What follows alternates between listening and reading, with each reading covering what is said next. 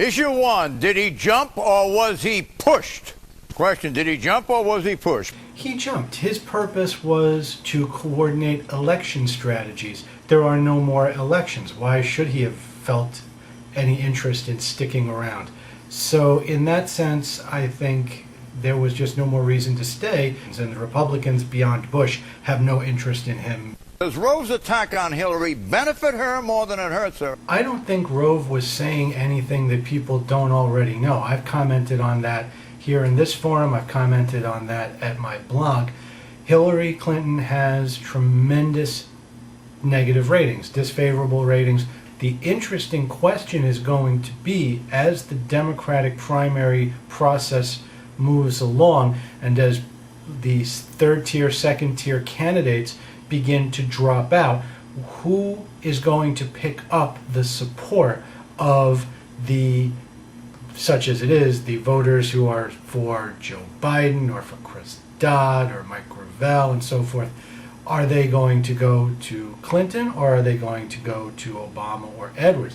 And I think almost every person, every Democrat who doesn't already support Clinton is also not going to support Clinton. And whoever emerges as the clear anti-Clinton within the Democratic field, at this point it's Barack Obama, could also be John Edwards, is going to pick up those votes.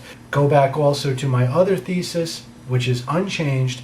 Any Democrat other than Hillary Clinton wins against any Republican. If Hillary is the nominee, it's more complicated. Issue 2, will Bush bomb Iran?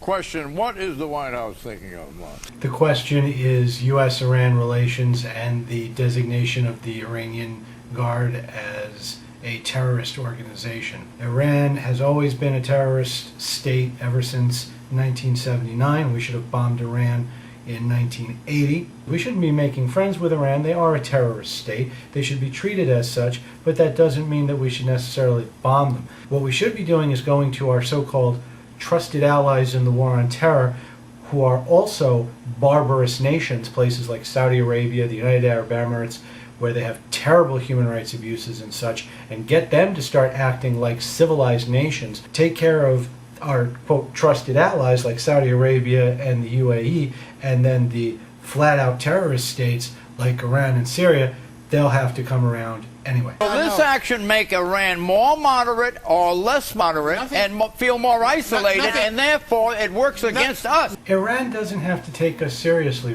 right now. Why should they? We have a broken president, lame duck president.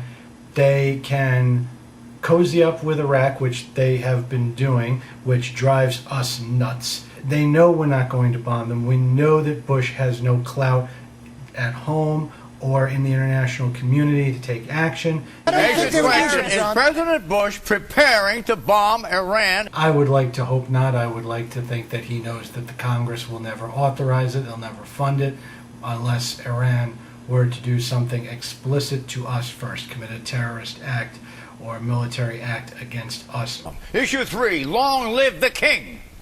Question, what explains Elvis's enduring appeal? As is so often the case with these kind of iconic figures, he just happened to be the right person at the right time. We often say, what if Columbus hadn't discovered America? Somebody else would have. If it hadn't been Elvis, there would have been somebody Elvis-like or Beatles-like. He was the figure who happened to be at the transition between pre-rock and roll, between pre-sexual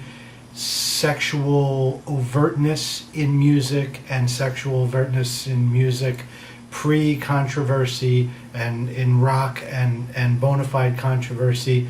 He's like any other figure of a transition, no different in a sense from a Steve Jobs or Bill Gates or a J.P. Morgan, anybody who happens to be at a evolutionary point or a revolutionary point in culture or in science or in business or anything. He was just in the right place at the right time with the right talent. There's the question. Should Congress set aside land on the Washington Mall for a memorial to the greats of the rock and roll era, including the King? I think we have better priorities for that very limited space. If you go to my blog and look on the right sidebar, you'll see a link to the brand new, just opened a month or two ago, memorial to the victims of communism. There's still no World War II memorial. I don't think we need a memorial to Elvis. We already have one. It's called Graceland.